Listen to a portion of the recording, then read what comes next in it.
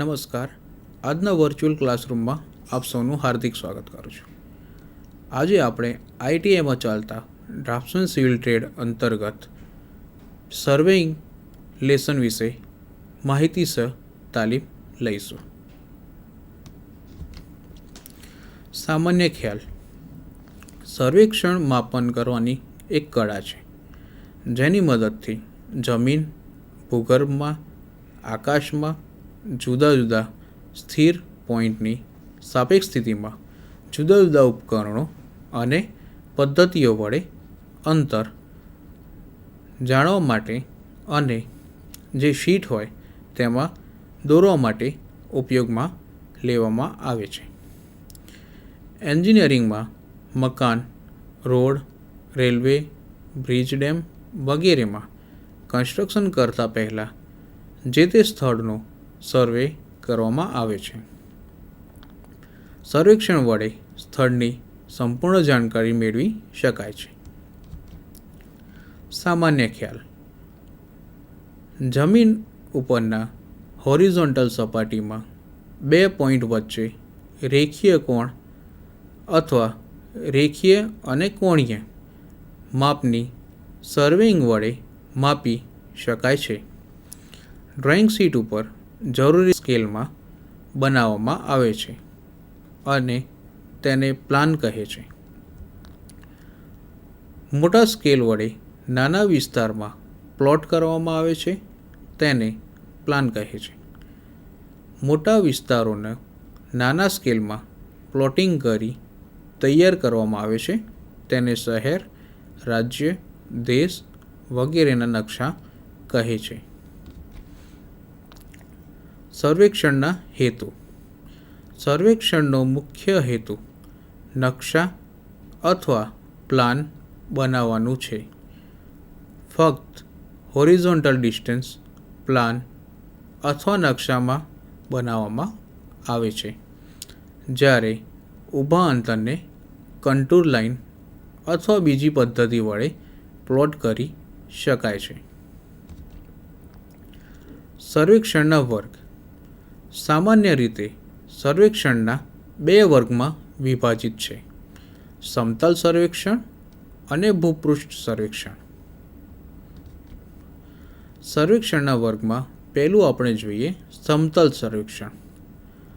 આ પ્રકારના સર્વેક્ષણમાં પૃથ્વીની ગોળાઈને ધ્યાનમાં રાખવામાં આવતી નથી, એટલે કે રેખીય અને કોણીય માપમાં પૃથ્વીની ગોળાઈને ધ્યાનમાં રાખવામાં આવતી નથી.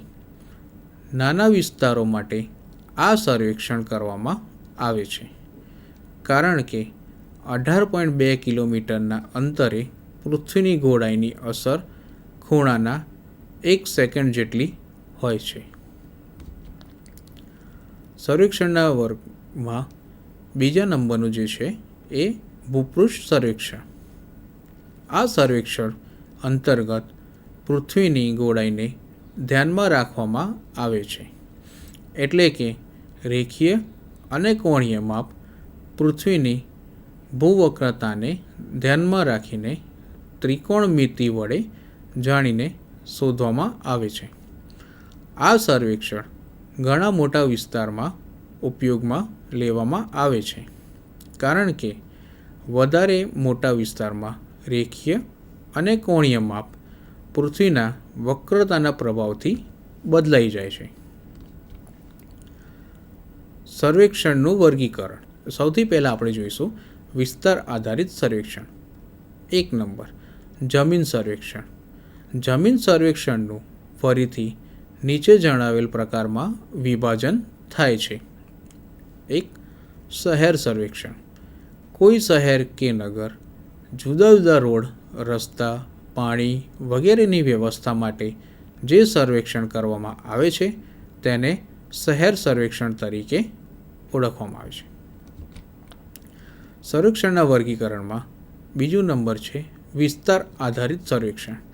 એમાં આપણે જોઈએ સ્થળાકૃતિક સર્વેક્ષણ. આ સર્વેક્ષણ અંતર્ગત કોઈપણ પ્રદેશ વગેરેની જુદી જુદી આકૃતિઓ જેવી કે પહાડ, પર્વત, ઝરણા વગેરેની સ્થિતિ નિર્ધારિત કરવામાં આવે છે. ભૂમિ સર્વેક્ષણ. આ સર્વેનો હેતુ જમીન, ભૂમિના ક્ષેત્રફળની જાણકારી તથા સમાપ્ત રેખા નક્કી કરવા માટે થાય છે. સર્વેક્ષણના વર્ગીકરણમાં આગળ જોઈએ વિસ્તાર આધારિત સર્વેક્ષણ. એમાં છે સમુદ્રી સર્વેક્ષણ. આ સર્વેક્ષણનો મુખ્ય ઉદ્દેશ પાણીની ઊંડાઈ, વિસ્તાર જાણવાનો છે, જેનાથી જુદા જુદા પ્રકારના જળ યોજનાઓ બનાવવામાં મદદરૂપ થાય છે. એના પછી છે હવાઈ સર્વેક્ષણ. આ સર્વેક્ષણનો ઉપયોગ પૂર અથવા દુકાળના ક્ષેત્રો અથવા ભૌગોલિક દ્રશ્યોને જોવા માટે કરવામાં આવે છે. સર્વેક્ષણના વર્ગીકરણમાં વિસ્તાર આધારિત સર્વેક્ષણમાં છે અગોળ સર્વેક્ષણ.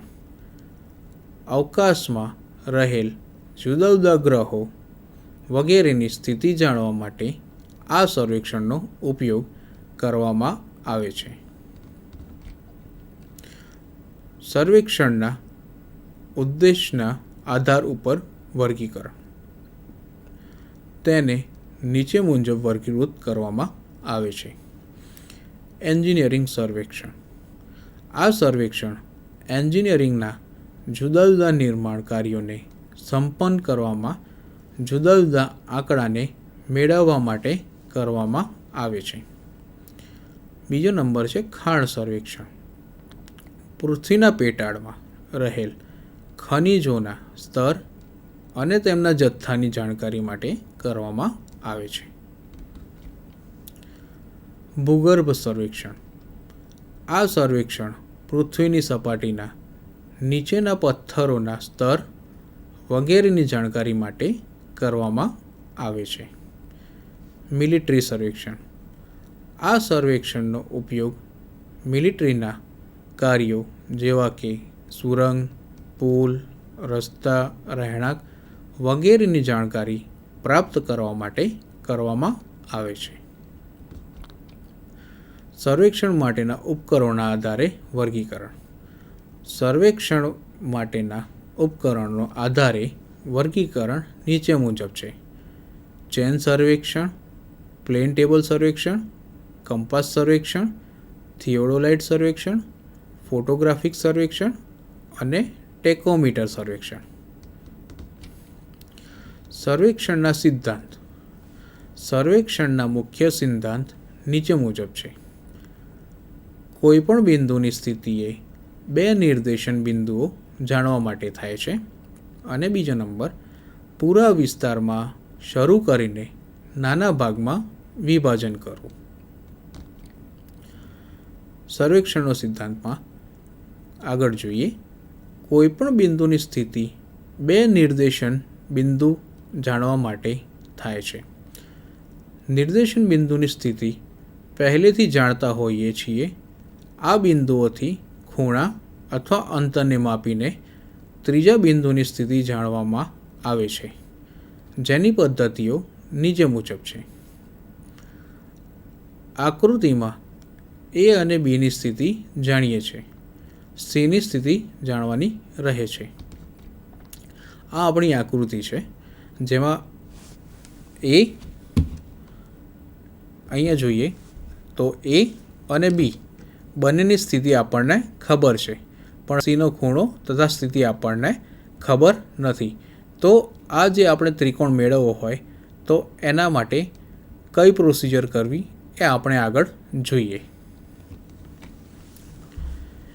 એસી તથા બીસીનું અંતર માપીને કરી શકાય. બીજી રીત છે ખૂણો બી ના તથા બીસીનું અંતર માપીને કરી શકાય. ત્રીજી રીત છે ખૂણો એ અને ખૂણો બી ને માપીને કરી શકાય. 4 નંબર છે ખૂણો એ અને એસીના અંતરને માપીને કરી શકાય.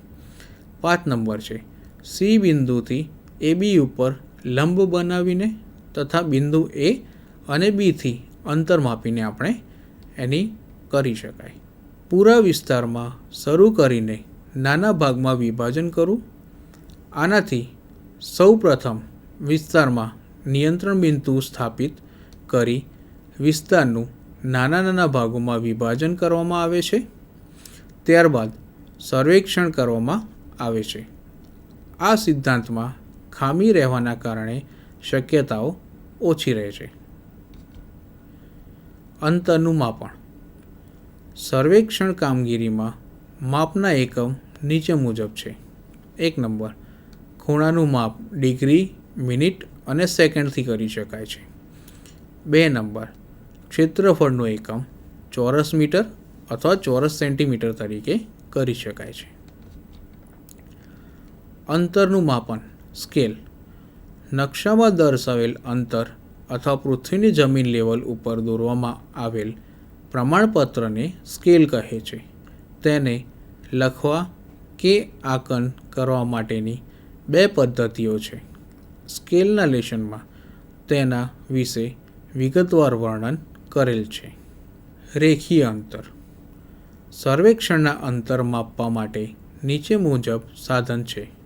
1. પગલાં વડે. તેમાં આપણા પગલાં વડે અંતર માપીને પગલાંની સંખ્યા વડે ગણવામાં આવે છે અને અંતરની જાણકારી મળે છે. 2 નંબર, પાસોમીટર. ઘડિયાળના જેવું આ યંત્ર હોય છે. તેને ખિસ્સામાં રાખીને ચાલવાથી 2 બિંદુઓ વચ્ચેના અંતરની સંખ્યા મળે છે. રેખીય અંતર. એમાં 3 નંબર છે, પેડોમીટર. પાસોમીટરના જેવું યંત્ર છે. તેની મદદથી અંતર મીટરમાં જાણી શકાય છે. 4 નંબર, સ્પીડોમીટર. તમામ વાહનમાં લગાવવામાં આવે છે, જે વાહનની સ્પીડ પણ બતાવે છે. તેની સાથે ઓડોમીટર આપેલું હોય છે, જે વાહન દ્વારા કપાયેલ અંતરનું માપ મીટરમાં દર્શાવે છે. રેખીય અંતરમાં 5મા નંબરનું છે, ચેન વડે. ચેન વડે નિશ્ચિત લંબાઈથી અંતર માપી શકાય છે. આજે આપણે સર્વેઇંગ વિશે લેસનમાં તાલીમસર માહિતી મેળવી અને બધાને માહિતી મળી હશે. અસ્તુ.